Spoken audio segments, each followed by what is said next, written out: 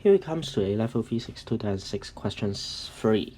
So we have a ball starting from point P, project horizontally with a speed 1.2 meter per second, bounce off at Q and hits out. So which statements must be true? Okay, we need to be sure about that. Must be true.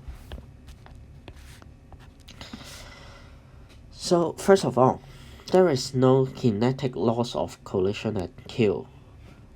At this point, is there any kinetic energy loss? Actually, we don't know. Although R is lower than P, but because the distance here is smaller than here, so maybe it is just because of the difference in the distance, so it is lower. So we don't know whether it is having a kinetic energy loss or not. So A is not the correct answer. Statement B, the ball hits out with a horizontal velocity. Now note that they are not on the same level, P and R, and we can see that from the graph the ball is going in this direction. So when it hits out, it is not a horizontal velocity but an inclined velocity. It is still going up. Statement C, the total time of flight along the path PQR is 0.5 seconds.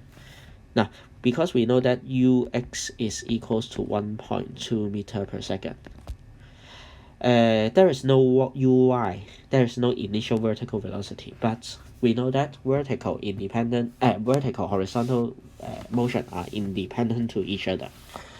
So as we know that the total horizontal distance is equal to 0.6 meter.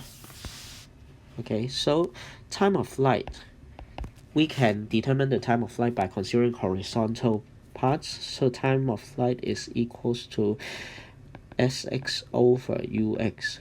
So it's 0.6 over 1.2, which gives us 0.5 seconds. This statement is true. Finally, statement D.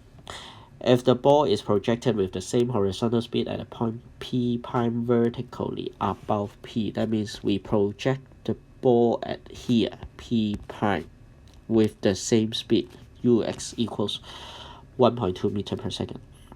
The total time of flight from P prime to the opposite wall will be longer.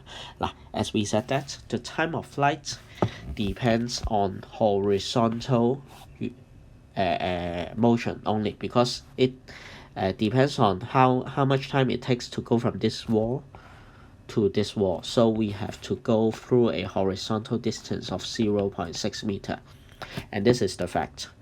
So it does not depend on whether it's high or low. It does not depend on the vertical motion. So this statement is wrong. Therefore, the answer is C.